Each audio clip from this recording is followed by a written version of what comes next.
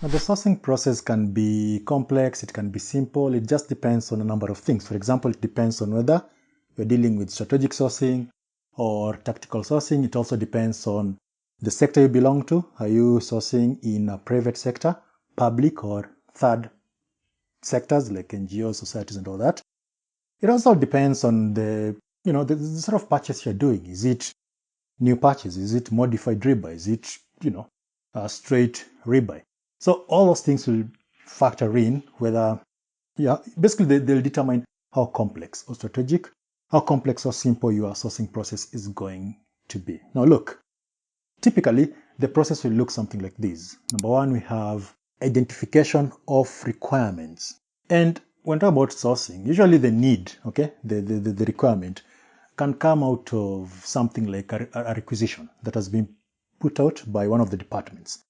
Or it could be a problem that you have in business. I mean, it could be as simple as a requisition, it could be as simple as something just ran out, or as complex as a project that actually needs shareholders or other stakeholders to have a sit down, talk about their needs so that you identify what the actual problem is.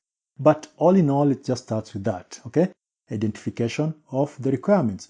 The process at some point can also just be as a result of reevaluating needs, like in a modified rebuy. You've bought something, but then you've figured out that you want to change something in the nature of that contract. Or you're even changing suppliers. And so that could actually mean reevaluating your needs so that you figure out if this new supplier is going to be as good as the former, okay, the old one that you have, and that. Number two, sourcing plan. In this case, you are crafting the plan. I mean, you just don't we have a problem and therefore you jump into the market and get whatever you want. No, you need a plan.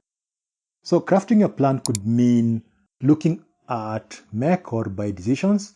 So basically, is it viable for us to just produce this thing internally, or should we go to the market?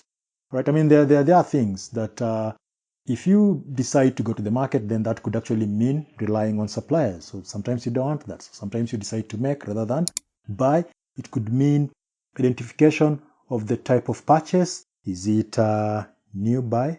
Because with a new buy, you're going to go through all these things you're talking about. Is it a straight rebuy? It's like, yeah, that thing is out. We've bought it before. Just purchase order. Tell those guys to bring us 16 more.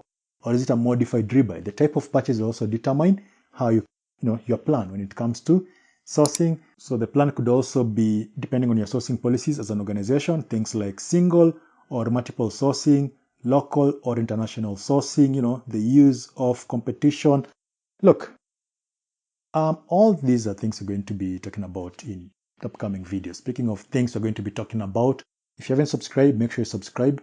Also, just a reminder, if you're doing this, as part of your studies, exams, and you're interested in mock questions and other past, practical exam questions, make sure you join my members only club, okay? Access all this stuff, questions that you can do, I can mark, we talk about it, video calls and all that stuff, or some that you just do and check the answer on your own. If you're too busy for us to be doing that, video lessons, the resources are there, okay? So make sure you join. The details are below.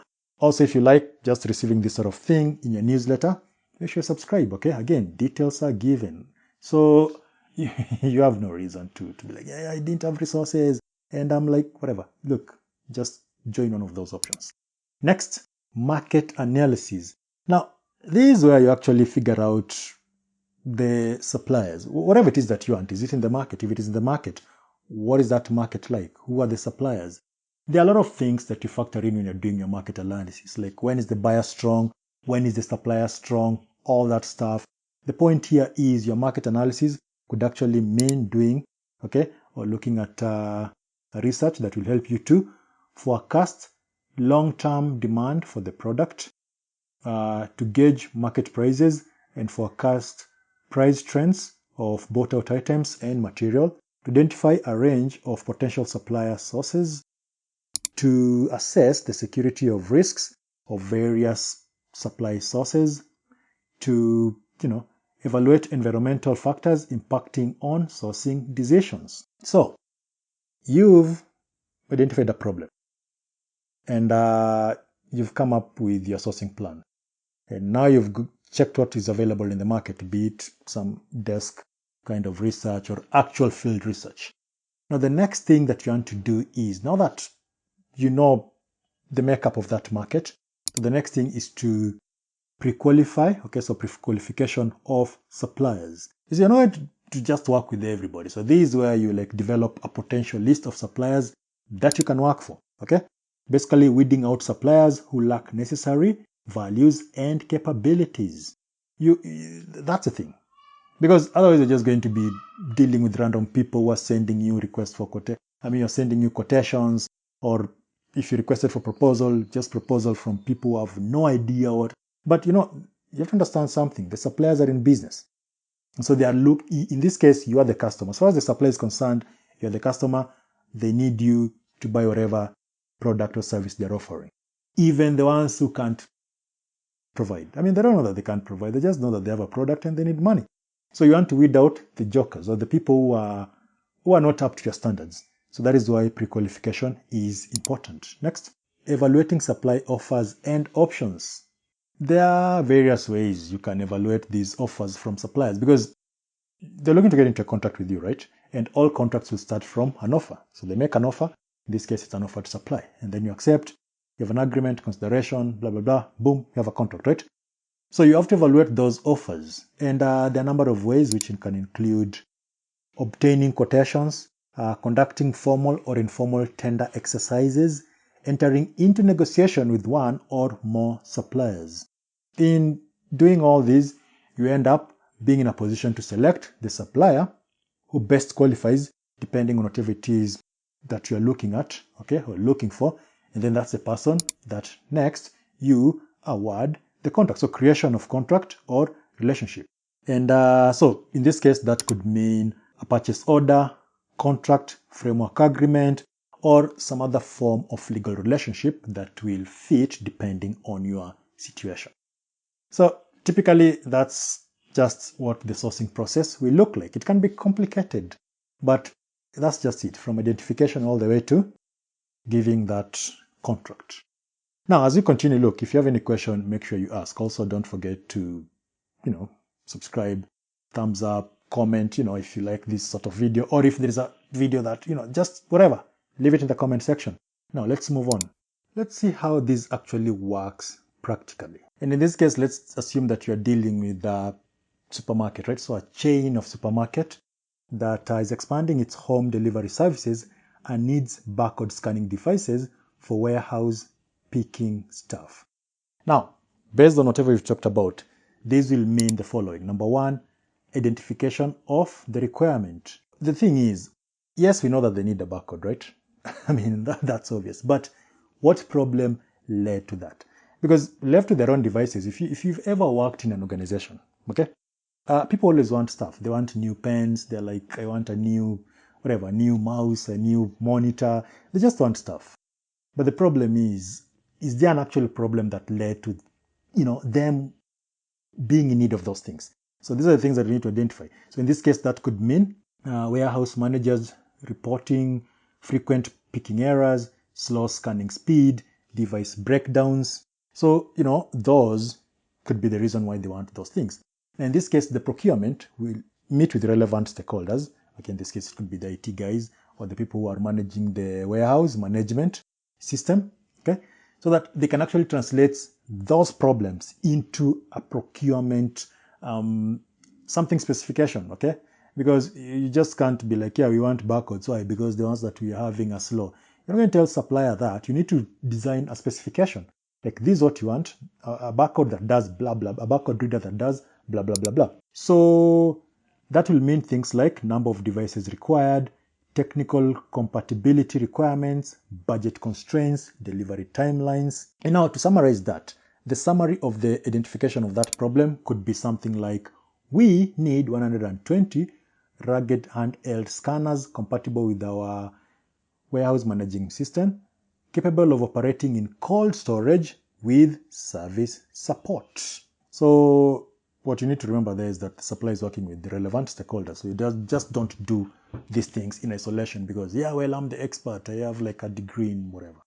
Now, number two, crafting the sourcing plan. that procurement team needs to figure out how exactly are they going to go to that market, the approach they will choose. So this could mean competitive tender needed due to value, evaluation criteria, timeline, roles and responsibilities, risk considerations, okay?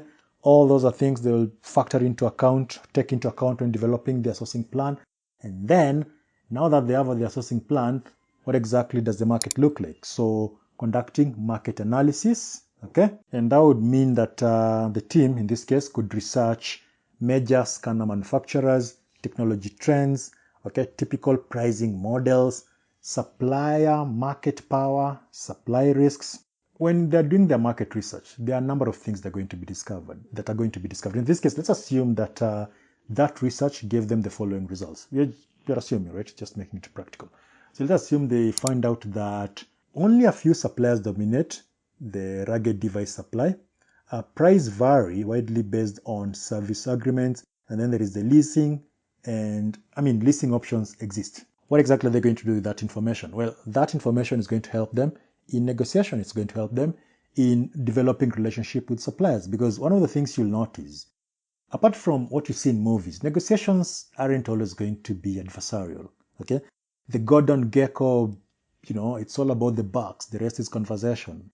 That sort of thing. The Saul Goodman, yeah, good for a movie, quite rubbish for actual business scenario. Because in business, you just can't be, I win, you lose, ha ha ha. Yeah, except very soon people won't want to be doing business with you because they know. Okay, people want repeat customers. So if it is I win, you lose, who's going to be dealing with some guy who just wants to make them lose all the time? So that's why you're going to have to figure out how they feel like if they've won and you've also won. Whatever winning mean in this case will depend on you. But you need that sort of information to build relationships. Next, pre-qualification of suppliers. So procurement will issue the pre-qualification questionnaires to suppliers, and the questions could be looking at things like financial stability, technical capability, relevant experience, okay, quality certifications, support infrastructure. And let's assume based on that pre-qualification thing, they end up with 10 suppliers. So in this case, 6 of those 10 suppliers fail financial or capability checks, okay, and 4 move forward. What happens to these 4? Well, the 4 that have moved forward, we now need to evaluate their offers. So in this case, evaluating supplier offers and options. Now, when it comes to evaluating these options, you're going to have your own criteria. So let's assume that in this case, the case of this supermarket that we're dealing with, the evaluation criteria is based on the following. So cost, 30%, technical fee, 25%, support or service, 20%, delivery capability, they're only looking at 15%, sustainability, 10%. So they'll evaluate those people that way. So those are offers, okay, evaluating offers. Now, in terms of the options available, maybe they could be looking at the following options, things like purchase versus leasing, warranty differences, training inclusion, software compatibility. They evaluate those remaining suppliers on that basis.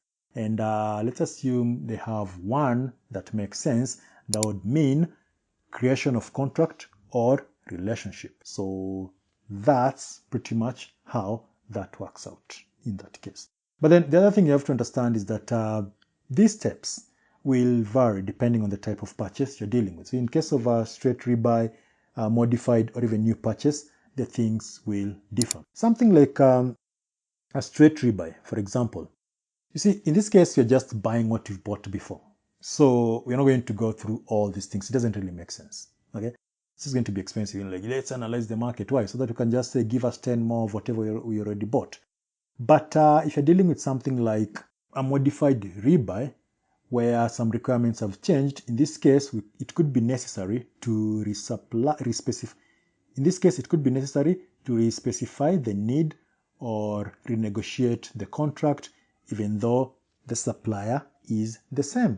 Why? Because it just depends on whatever you're dealing with. So, modified rebuy, of course, it's modified. It just depends on whatever is modified. Now, with the new purchase, then you definitely need to go through this cycle, okay, afresh.